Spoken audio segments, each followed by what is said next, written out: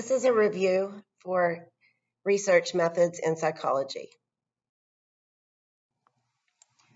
You will need to get out a sheet of paper and number from 1 to 27, and also have your vocabulary in front of you. Do not use your notes. Anybody can just look something up in their notes. This is a way to test yourself so you can realize what you need to study for your test tomorrow.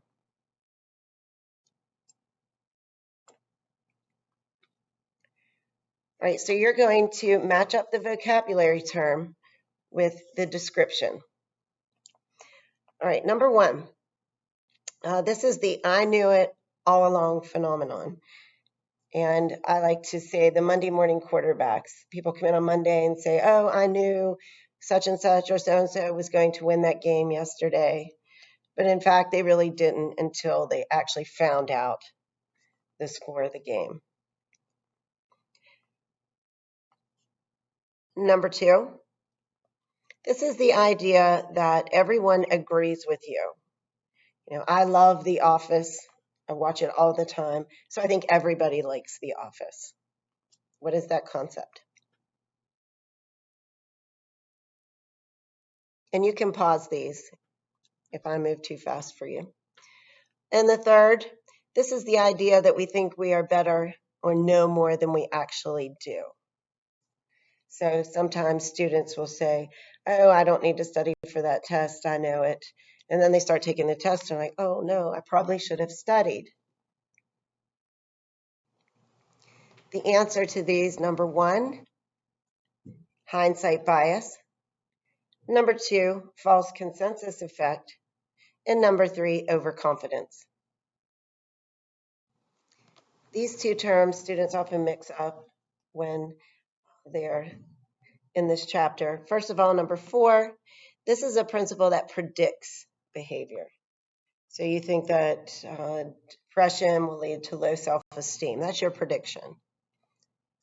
And number 5, this is how you're going to test that prediction. So you might give people a survey to look at the levels of depression and compare that to a self-esteem scale. That's how you're going to test what you believe. Number 4 is a theory, and number 5, hypothesis. Number 6, this is a type of research study where you're just gathering data, gathering information, you're observing. And there are 3 types of this method. Again, you can pause if you need more time. Number 7, this is an in-depth look at one person or a group of people. Number 8, this is when you watch people in their own natural setting.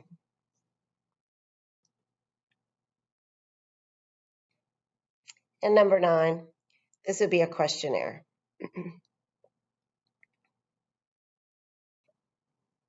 Number 10, this is a type of research method that looks at relationship between variables. Do they connect in some way? Does an increase in study time have some relationship to an increase in GPA? And 11, this is the only type of research method that shows cause and effect. You manipulate something to see the effect of it.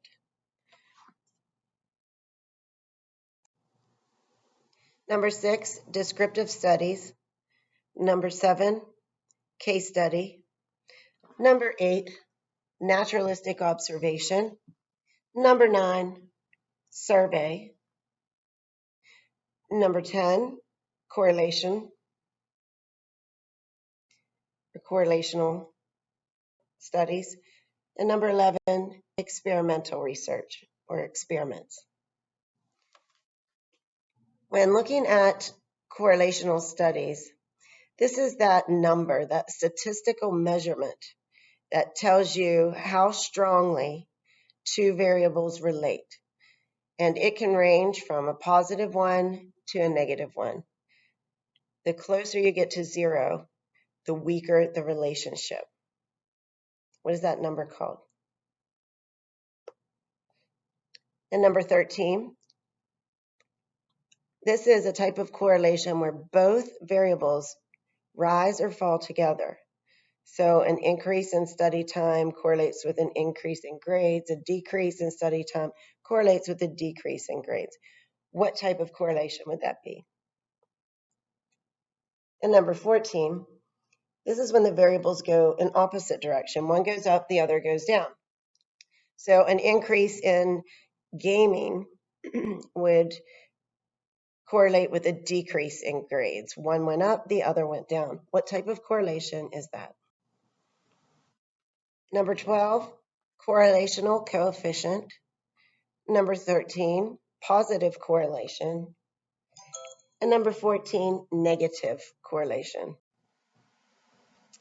This is when we think there's a relationship or a correlation, kind of like a myth that, if you go outside without a coat on, you're going to get sick. We tend to think there's a relationship because somebody told us that before and then we noticed it. Number 15, illusory correlation. When looking at experimental research, number 16, what is the variable that you manipulate? So if you want to see if breastfeeding improves intelligence of the child, okay, breastfeeding would be what you are manipulating. What variable is that? And then number 17, that is the outcome. What is being measured? So in that case, you would look at child's intelligence later in life. And then number 18, this is anything that can alter the study, any outside influence that you must think about beforehand.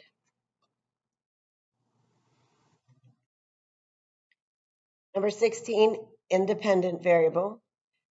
Number 17, dependent variable. And number 18, extraneous variable. Number 19 simply means redoing an experiment, and this happens a lot. Someone will do research and publish it, and then somebody else wants to try the same concept. And number 20, whenever you conduct research, you have to specify exactly what you mean. So if you were going to talk about does eating a certain food, say eating pizza, cause violent behavior? Well, what type of pizza? You have to be very specific. How much pizza? What is violent behavior? Is it kicking? Is it screaming? Number 19 is replication. And number 20, operational definition. Sometimes experiments are split into groups.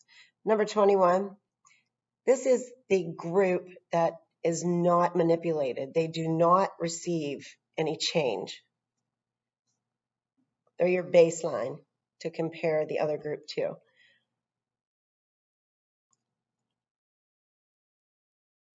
Number 22, in many cases, people don't know if they're in the group I just talked about or they're in the experimental group receiving a treatment. What type of research method or study is that?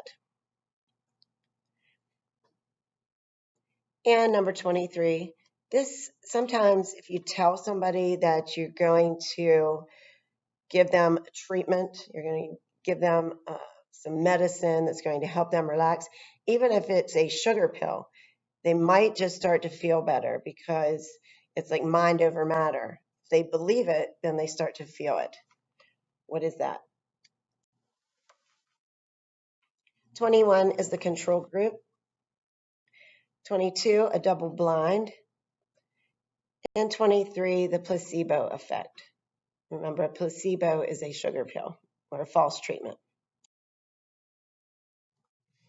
And finally, number 24, What is the average, where you add up all of the numbers and you divide by how many there were? 25, the middle value, having to put them in order from smallest to largest, finding which one's in the middle. What is the most frequent number in the data set? And 27, this is the value you get when you subtract the smallest number from the largest number in the data set. 24, mean. 25, median. 26, mode. And 27, range.